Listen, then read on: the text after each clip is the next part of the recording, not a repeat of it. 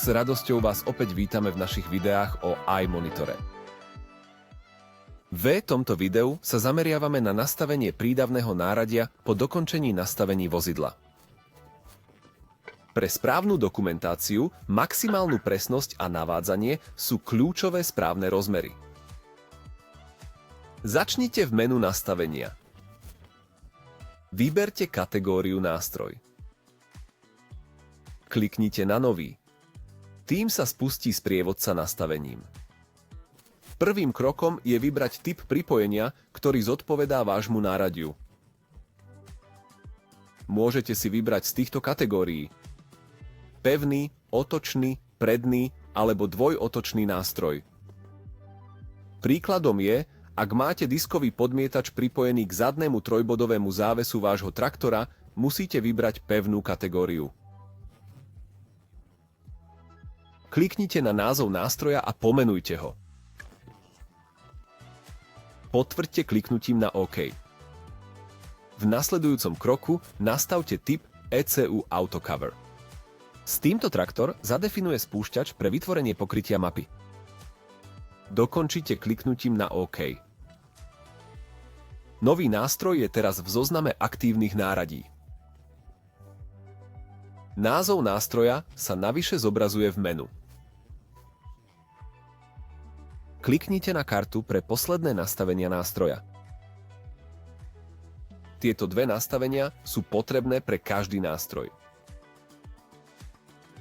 V sekcii Geometria je potrebné zadať špecifické rozmery nástroja.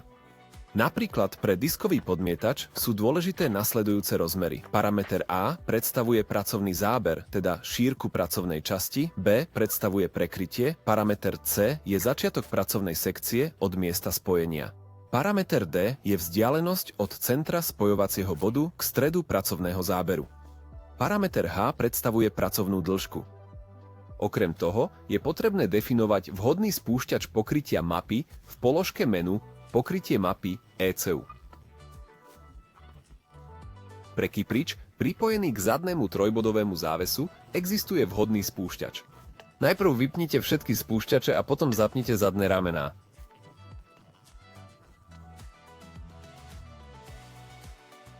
Keď hodnota Auto PTO klesne pod limit, spustí sa pokrývanie mapy. Ak je to potrebné, limitná hodnota môže byť upravená v nastaveniach traktora v menu zadných ramien.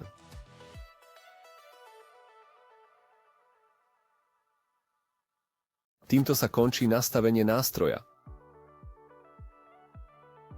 Aby ste sa rýchlo dostali k vytvoreným nástrojom, otvorte kartu Aktívne a kliknite na Vybrať nástroj. Tu nájdete zoznam všetkých dostupných nástrojov. Vyberte, ktorý požadujete a potvrďte stlačením OK. Máte tiež možnosť uložiť nástroje na USB kľúč alebo ich importovať z USB kľúča. Týmto končíme naše video.